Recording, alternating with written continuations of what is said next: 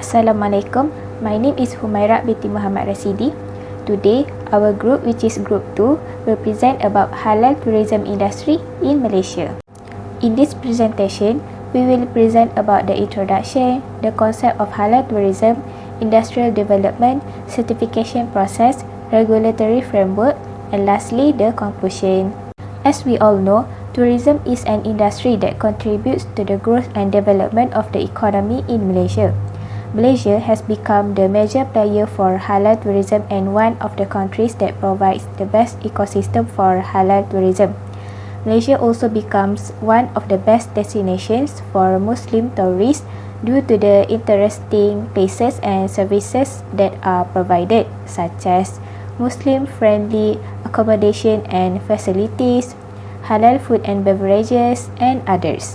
There are four main objectives that we want to achieve. Firstly, we want to discuss the concept of halal tourism. Secondly, we want to analyze the background of halal tourism and companies related to halal tourism. Thirdly, we want to investigate the certification process of Muslim-friendly hospitality services. And lastly, we want to discuss the Malaysian standard related to halal tourism.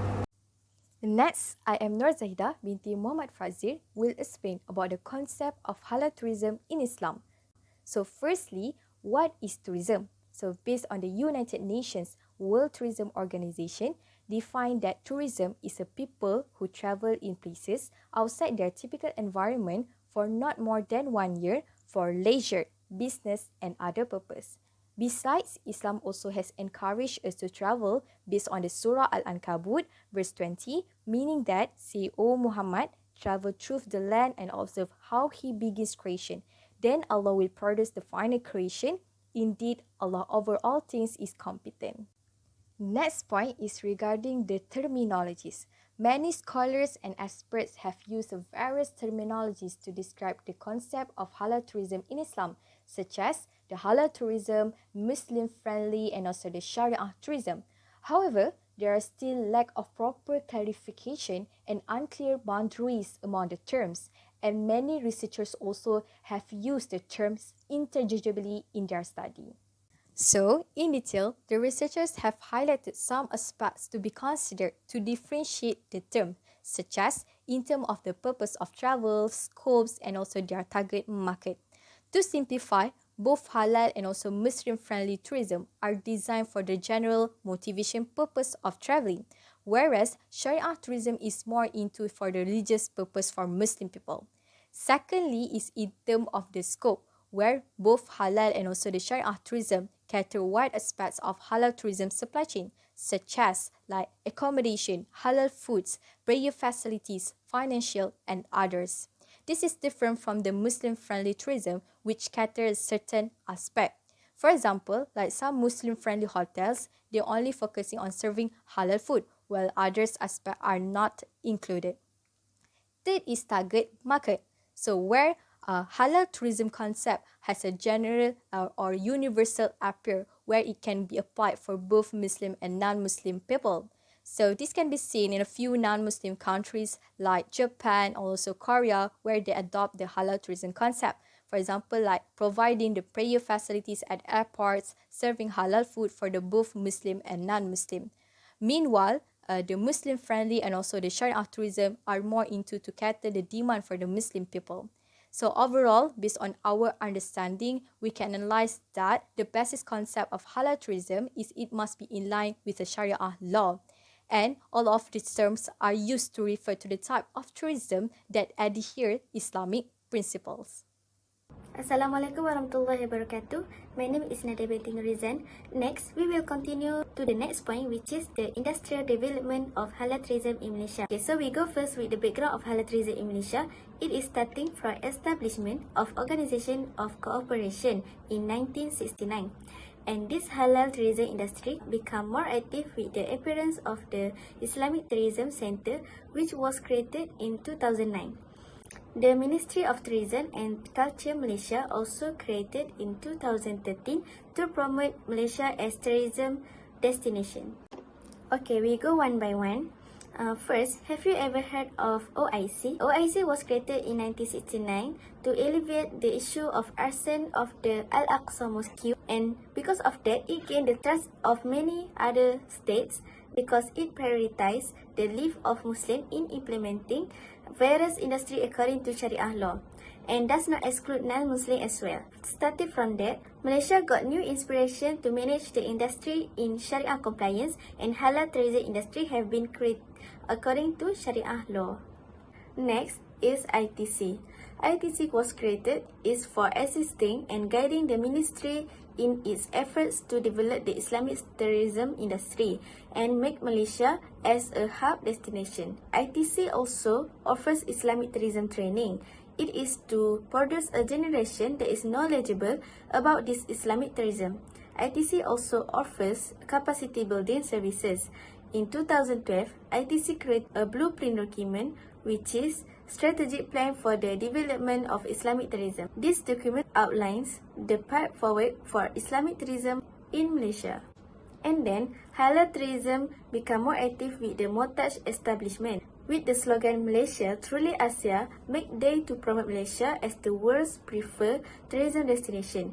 With that, Malaysia has become one of the preferred destinations for Muslims in foreign countries. Okay, we go to the company that related to halal tourism. The first one is Nadiah Hotel Langkawi. This hotel is one of the hotels that implemented the Islamic hotel concept in Malaysia. It was designed with the modern architecture inspired by Malaysia and Morocco. This hotel aimed to provide comfortable halal facilities with excellent exceptional service from the heart.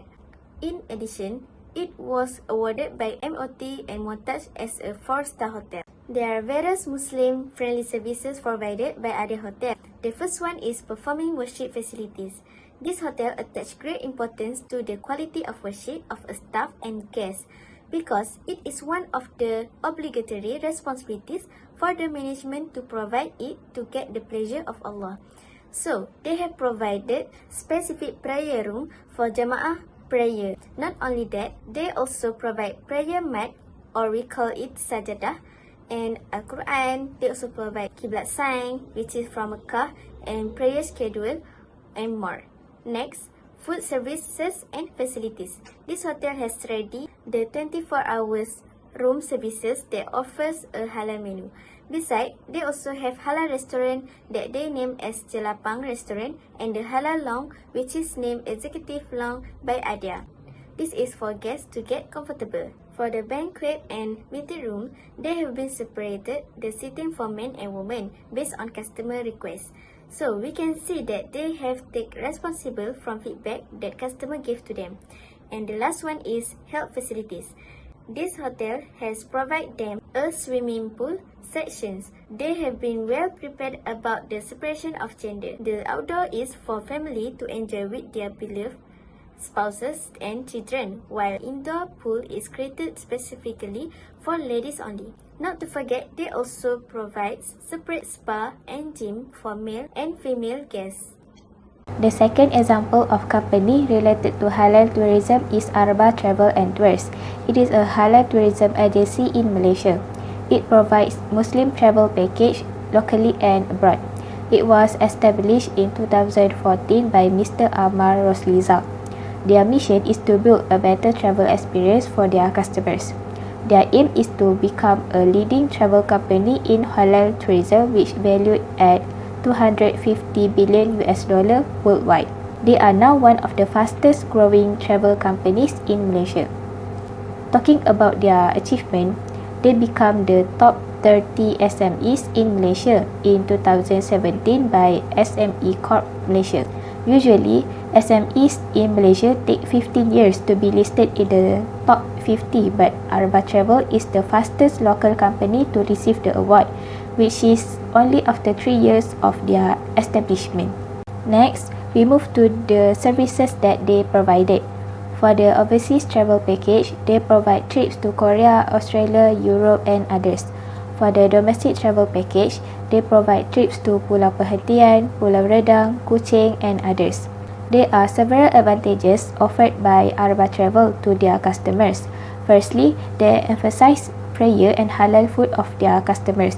They will make a tour schedule by making sure that their customers do not miss their prayer times. They also will ensure that their customers can enjoy halal food that suits the taste of Malaysians.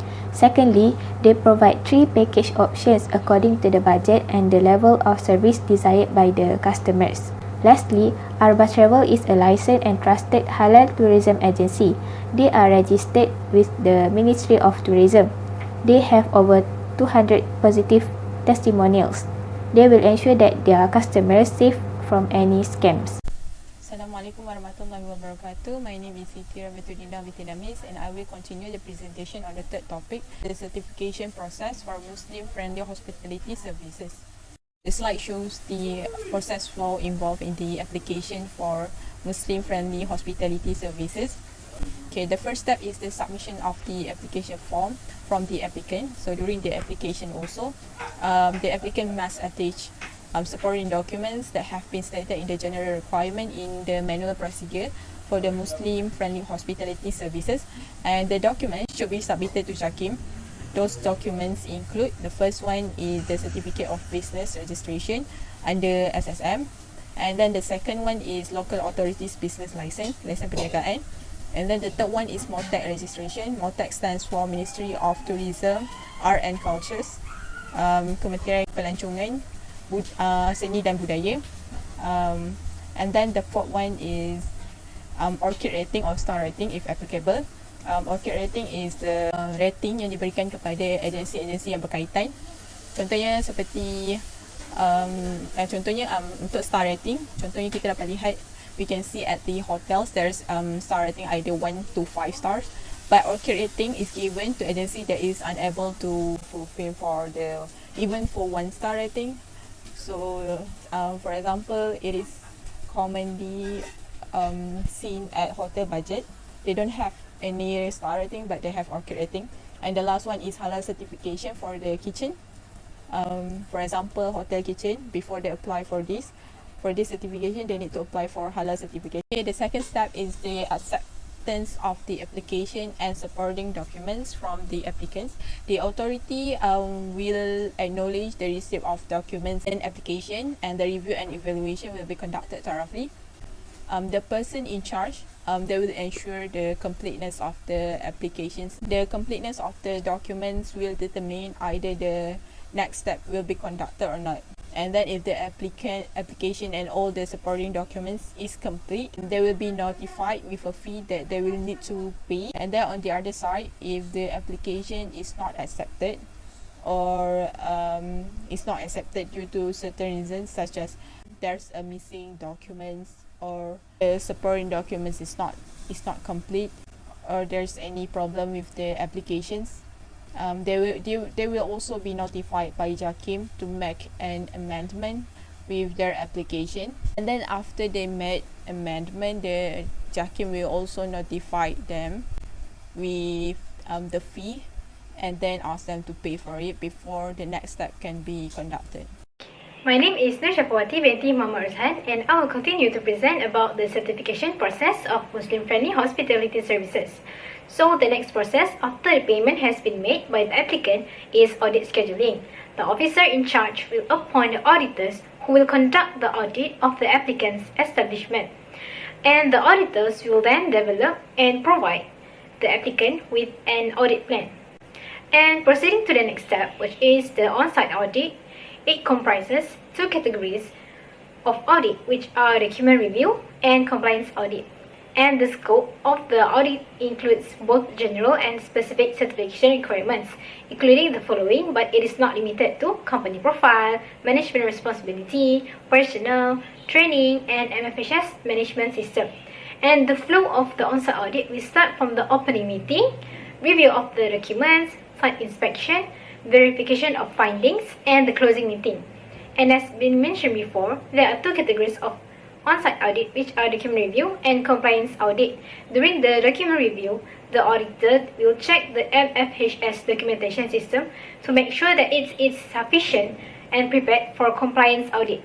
And the auditor will then prepare a report informing that the applicant is qualified or not to proceed to the on-site audit, compliance audit, as well as any further supporting documents that the auditor may request later. And during the compliance audit, the auditor conducts an on-site audit that includes interviews, record reviews, physical inspection, and also observation. The auditor will next prepare a report informing the applicant of the general audit results, any non-conformity or observation, and certification suggestions. And after receiving the auditor's audit report, the applicant must submit corrective action to close the non-conformity reports. And the auditor will subsequently compile the audit report as well as other documents related to the application. After that, the auditor will present his findings to the MFHS panel meeting for approval of the certification recommendation. And the panel members will evaluate and approve the certification suggestion. And prior to endorsement, they may also seek more information if it is deemed appropriate. And if the panel, it will only undertake a re-auditing process only once if any re-auditing process occurs. And the final step is the issuance of the certificate. The applicant will get the certificate, and the certificate will only valid for a 3-year period. And the establishment is subjected to an annual surveillance audit for the period of the 3 years. So I think that's all from me. I will pass to the next presenter. I am Aisha Wafda, and I will continue with the regulatory framework of halal tourism industry in Malaysia. There are 2 standards that related to halal tourism. The first one is MS 1900 2014 Sharia-based quality management system, and the second one is MS 2610 Muslim friendly hospitality services. I will start with Sharia-based QMS standard.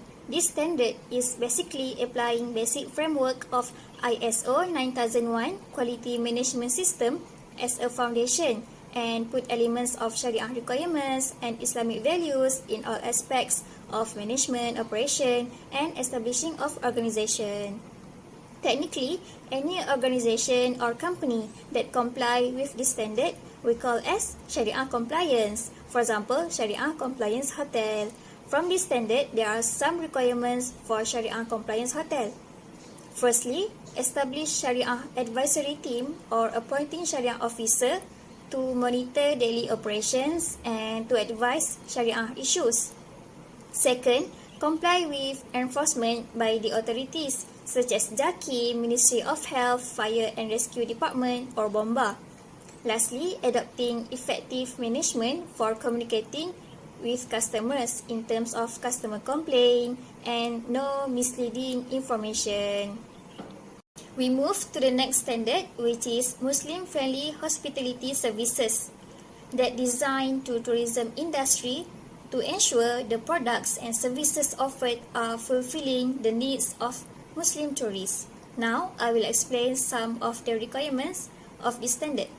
Firstly, in terms of accommodation, the rooms should suitable for Muslim guests, such as the washroom provided with water hose. Second, the company shall include meals for sahur and iftar during Ramadan. Next is the requirements for tour packages. First, it should not have activities contradict with Sharia, such as selling liquor and gambling. Second, the food and beverages in package should certified halal. Lastly, some requirements for tourist guide. The first one, he should facilitate ample time for guests to perform solah properly within the prayer time. Second, ensure all eateries are halal certified by the competent authority. That's all from me. I will pass to the next presenter. For conclusion, we conclude that Malaysia has the advantage of attracting Muslim tourists from its demographic, which is until 2020, 63.5% of Malaysians are Muslims. And Malaysia also provides hospitality for both Muslim and non-Muslim tourists who wish to experience halal tourism or Islamic tourism. Besides that, it is encouraged for more agencies in Malaysia to provide Muslim-friendly hospitality service to cater to Muslim tourists local tourists or foreigners. And the next one is JAKIM to continue promoting halal certification to agencies that involve in providing hospitality service in Malaysia. And the last one is for Malaysia to feature more Islamic elements in the tourism website to attract Muslim tourists. This is because it is expected in 2030 that the number of Muslims will increase tremendously. So this is a good opportunity for Malaysia to involve more and to attract more Muslim tourists by promoting halal tourism.